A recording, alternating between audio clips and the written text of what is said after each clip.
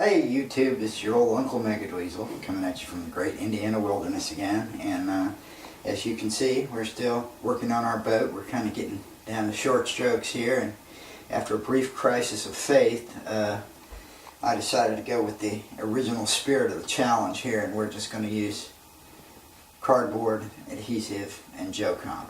Paper, cardboard, adhesive, and JoComp.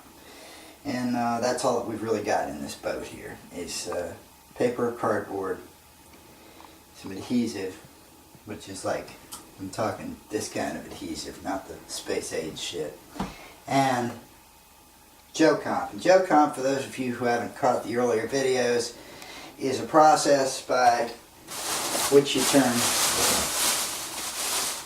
this here into this here. Okay. You take trash bags out of any dumpster and through the simple use of heat and pressure transform them into a strong structural material. Now initially we wanted to do the boat in what we call shinies, which is this material here, your common office trash bags. And this is a translucent material. The problem is it sets up stiff. Okay, so after interrogating our materials, we decided that the shinies probably weren't going to do it, and we went with our old friend, the heavies. Okay, and the heavies are contractor trash bags. These happen to be 2 mils thick that are off of the building project we've got going on at the hospital. These are easy to find, but in the event that you don't think that there's 2 mil plastic bags around anywhere, this is also the material that goes in people's crawl spaces as vapor barriers.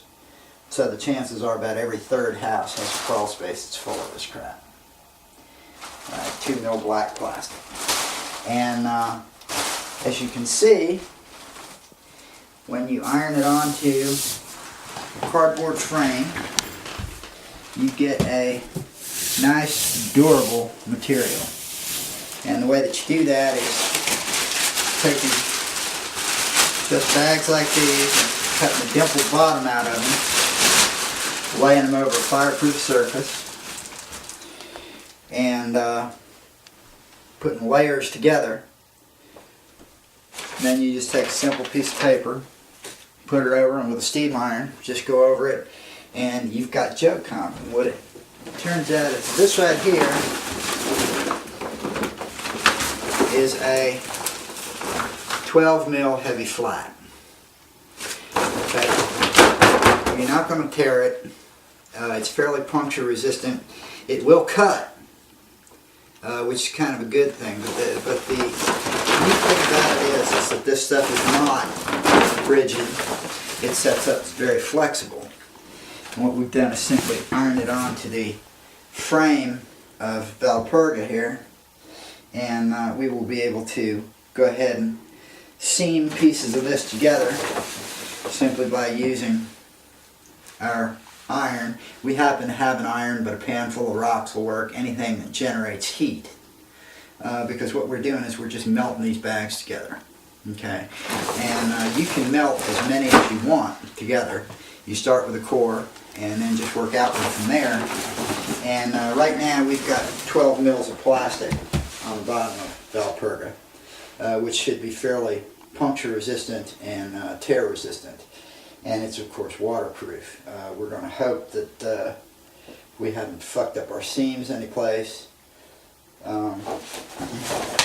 There was a period of time there I was thinking about going to the space age epoxy that a friend of mine got, but number one, that really wasn't the spirit of the challenge, and number two, when I googled that shit on the internet and I saw what it cost, I was not going to put that at the bottom of Mill Creek. I'm thinking maybe, we'll use that for the next project, maybe a hovercraft or ground effect aircraft. But this is, for right now, for our boat, we're just going to go ahead with JoComp. But as you can see, work progresses, and we are hopefully going to be ready by the 1st of April to launch. We still haven't found a place to actually launch Valperga yet.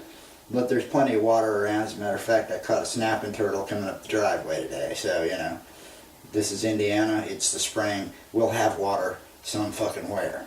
Okay, usually too much. In any case, don't worry, YouTube, because Indiana's holding.